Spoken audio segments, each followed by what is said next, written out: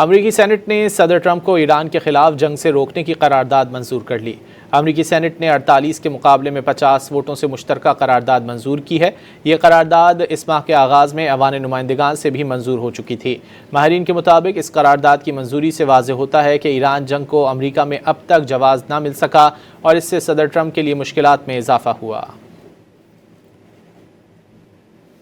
امریکی سینٹ نے صدر ٹرمپ کو ایران کے خلاف جنگ سے روکنے کی قرارداد منظور کر لی۔ امریکی سینٹ نے 48 کے مقابلے میں 50 ووٹوں سے مشترکہ قرارداد منظور کی ہے۔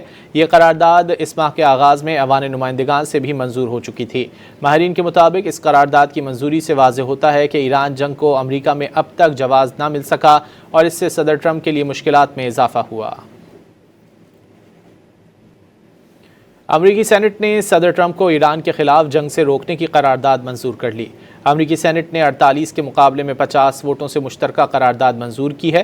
یہ قرارداد اس ماہ کے آغاز میں ایوان نمائندگان سے بھی منظور ہو چکی تھی۔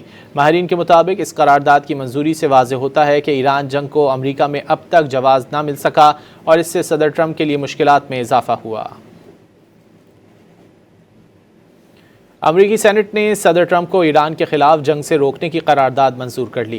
امریکی سینٹ نے 48 کے مقابلے میں 50 ووٹوں سے مشترکہ قرارداد منظور کی ہے۔ یہ قرارداد اس ماہ کے آغاز میں ایوان نمائندگان سے بھی منظور ہو چکی تھی۔ ماہرین کے مطابق اس قرارداد کی منظوری سے واضح ہوتا ہے کہ ایران جنگ کو امریکہ میں اب تک جواز نہ مل سکا اور اس سے صدر ٹرمپ کے لیے مشکلات میں اضافہ ہوا۔